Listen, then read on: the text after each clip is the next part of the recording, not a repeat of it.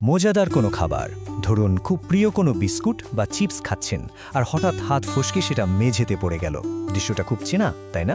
আর ঠিক সেই মুহূর্তে মাথায় চট করে একটা চিন্তা আসে, তাড়াতাড়ি চোখের পলকে তুলে নিলে নিশ্চয়ই কোনো ক্ষতি নেই, একটু ফু দিয়ে বা ঝেড়ে খেয়ে নিলেই তো হলো। আজকের এই বিশ্লেষণে আমরা বিজ্ঞান চিন্তার একটি দারুণ প্রবন্ধের উপর ভিত্তি করে আমাদের এই অতি পরিচিত পরিস্থিতিটার পেছনের বিজ্ঞান নিয়ে আলোচনা করব। বিজ্ঞান আসলে কি বলে, চলুন সেই সত্যটাই আজ উদ্ঘাটন করা যাক। বিজ্ঞান চিন্তার প্রবন্ধটিতে একেবারে সোজাসাপটা একটা প্রশ্ন করা হয়েছে, মেঝেতে পড়ে যাওয়া খাবার তুলে খাওয়া কি আসলেই আমাদের উচিত? বিশ্বজুড়েই কিন্তু একটা ধারণা খুব শক্তভাবে গেঁথে আছে, যাকে আমরা ইংরেজিতে বলি 5 সেকেন্ড রুল বা 5 সেকেন্ডের নিয়ম। ধারণাটা হলো, কোনো খাবার মেঝেতে পড়ার পর 5 সেকেন্ড পার হওয়ার আগেই যদি সেটা তুলে ফেলা যায়, তাহলে নাকি জীবাণু আক্রমণের কোনো সুযোগই পায় না। কিন্তু প্রশ্ন হলো, এই 5 সেকেন্ডের গ্রেস পিরিয়ড কি আসলেই কোনো বৈজ্ঞানিক সত্য, নাকি স্রেফ নিজেদের মনকে সান্ত্বনা দেওয়ার জন্য তৈরি করা একটা মিথ?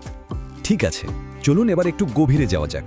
বিষয়টা তলিয়ে দেখলে একটা পরিষ্কার তুলনা আমাদের চোখে পড়বে। একদিকে রয়েছে আমাদের সাধারণ ধারণা, যা বলছে জীবাণু ছড়াতে অন্তত 5 সেকেন্ড সময় লাগে, আর অন্যদিকে রয়েছে বিজ্ঞানসম্মত কঠিন বাস্তবতা, আর সেটা হলো তাৎক্ষণিক। হ্যাঁ, প্রবন্ধটি একদম পরিষ্কার করে বলছে যে ব্যাকটেরিয়ার সংক্রমণ আসলে সেকেন্ডের কোনো বিষয়ই নয়। এখানে 1, 2 বা 5 সেকেন্ড গোনার মতো কোনো সুযোগই নেই, বরং খাবারটা মেঝে স্পর্শ করার সাথে সাথেই একদম ইনস্ট্যান্টলি জীবাণুর আক্রমণ ঘটে যায়। কারণটা খুব সোজা, মেঝেতে সবসময় কোনো না কোনো জীবাণু বা ব্যাকটেরিয়া ঘাপটি মেরে বসে থাকে, আর খাবার পড়ার সাথে সাথেই সেগুলো খাবারের উপর ঝাঁপিয়ে পড়ে। আর এই তাৎক্ষণিক আক্রমণের মাত্রাটা ঠিক কতটা ভয়াবহ হতে পারে সেটা শুনলে যে কেউ চমকে যাবেন। গবেষণার তথ্য অনুযায়ী খাবার মেঝেতে পড়ার সাথে সাথে প্রায় 99% ব্যাকটেরিয়া তাতে লেগে যায়। হ্যাঁ, 99%। ভাবা যায়? এটা সত্যি অবাক করার মতো একটা পরিসংখ্যান। মেঝে প্রতিদিন যতই পরিষ্কার করা হোক না কেন বা দেখতে যতই ঝকঝকে মনে হোক না কেন, সেখানে খালি চোখে না দেখা অসংখ্য অণুজীবের বাস, আর সেই অণুজীবগুলো কিন্তু বিন্দুমাত্র সময় নষ্ট করে না। তবে মেঝের ধরন অনুযায়ী এই সংক্রমণের মাত্রায় একটা বেশ চমকপ্রদ তুলনামূলক চিত্র উঠে এসেছে গবেষণায়। সাধারণ শক্ত বা খালি মেঝের তুলনায় মেঝেতে যদি কার্পেট বিছানো থাকে, তবে ব্যাকটেরিয়ার স্থানান্তর একটু কম হয়। অর্থাৎ টাইলস বা কাঠের শক্ত মেঝেতে ব্যাকটেরিয়া যতটা দ্রুত এবং বেশি পরিমাণে খাবারে লেগে যায়, কার্পেট থাকা মেঝেতে সেই স্থানান্তরের হার সামান্য হলেও কম থাকে। এটা সত্যি একটু অবাক করার মতো তথ্য, তাই না? কারণ আমরা অনেকেই হয়তো ভাবি কার্পেটেই বুঝি বেশি জীবাণু আটকে থাকে। তবে হ্যাঁ, একটা ব্যাপার মাথায় রাখতে হবে, এর মানে কিন্তু এই নয় যে কার্পেটে পড়া খাবার নিরাপদ। এটা স্রেফ একটা বৈজ্ঞানিক তুলনামূলক পর্যবেক্ষণ মাত্র। চলুন সামনের দিকে এগোই এবং দেখি কিভাবে এই জীবাণুর স্থায়িত্বের বিষয়টা আরও ভয়ঙ্কর রূপ নেয়। তাৎক্ষণিক স্থানান্তরের কথা তো আমরা জানলাম, কিন্তু সময়ের সাথে সাথে এই ব্যাকটেরিয়াগুলোর কি হয়? এই স্থায়িত্বের চিত্রটা আমাদের সাধারণ ধারণার একেবারেই বাইরে। প্রথম ধাপে ওই তাৎক্ষণিক 99% স্থানান্তরের পর অনেকেই হয়তো ভাবতে পারেন কিছুক্ষণ গেলে হয়তো জীবাণুগুলো এমনিতেই মরে যাবে। কিছু সময় পর এদের সংখ্যা কমতে থাকলেও গবেষণায় দেখা গেছে 24 ঘন্টা পার হওয়ার পরও হাজার হাজার ব্যাকটেরিয়া সেখানে দিব্যি বেঁচে থাকে। আর সবচেয়ে অবাক করা বিষয়টা কি জানেন? 4 সপ্তাহ মানে প্রায় 1 মাস পরও অন্তত কয়েকশো ব্যাকটেরিয়া সেখানে লেগে থাকতে পারে।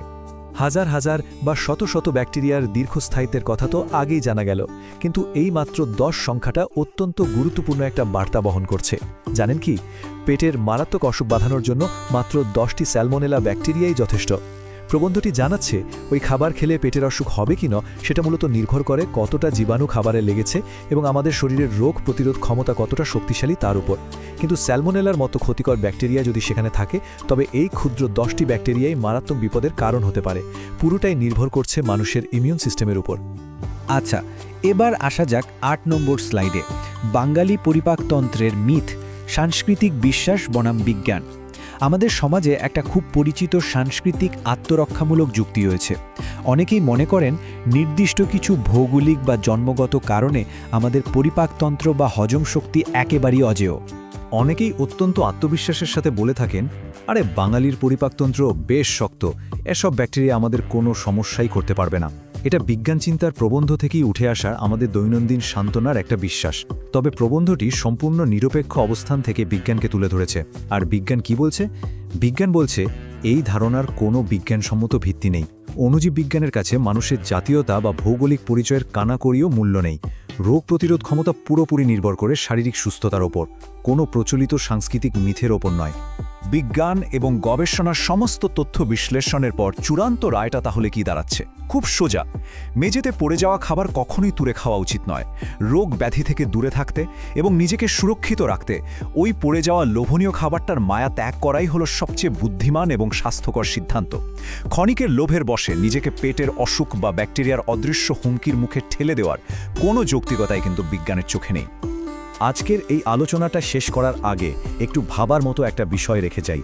যদি মেঝেতে পড়া খাবার তোলার জন্য 5 সেকেন্ড সময়ও অনেক বেশি দেরি হয়ে থাকে, তবে আমাদের দৈনন্দিন জীবনে এমন আরও কত অভ্যাস রয়েছে যেগুলোকে আমরা সম্পূর্ণ নিরাপদ বলে মনে করি, কিন্তু সেগুলো প্রতিনিয়ত আমাদের অদৃশ্য ব্যাকটেরিয়ার সংস্পর্শে আনছে। এই আণুবীক্ষণিক হুমকিগুলো কিন্তু আমাদের চারপাশেই ছড়িয়ে আছে। আশা করছি আজকের এই বিশ্লেষণটি চারপাশের এই অদৃশ্য বিজ্ঞান সম্পর্কে আমাদের সবাইকে আরও বেশি কৌতূহলী করে তুলবে এবং প্রতিদিনের স্বাস্থ্যবিধি নিয়ে নতুন করে ভাবতে সাহায্য করবে। ভবিষ্যতে এমন আরও অনেক বিজ্ঞানভিত্তিক বিশ্লেষণ নিয়ে হাজির হওয়ার প্রত্যাশা রইল।